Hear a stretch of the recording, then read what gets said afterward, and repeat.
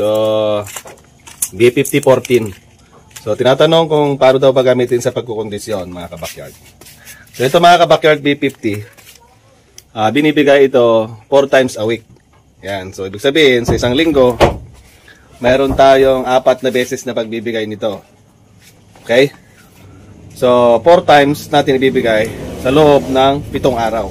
Kasi yung 1 week, mga kabakyard, ay 7 days. So, 4 times lang tayo magbibigay. For example, para mabilis lang ninyo maintindihan, Lunes, magbibigay ka.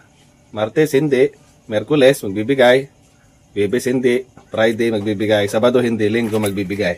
So, ibig sabihin, alternate lang, mga kabakyard. Every other day. Yan, para maintindihan nyo.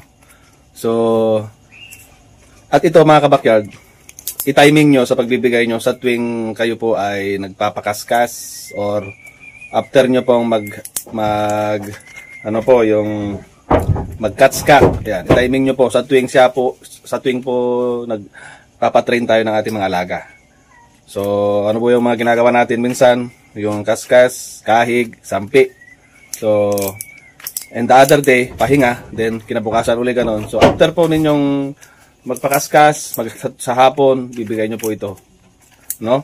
So, kadalasan mga kabakyard, hapon talaga ibinibigay ang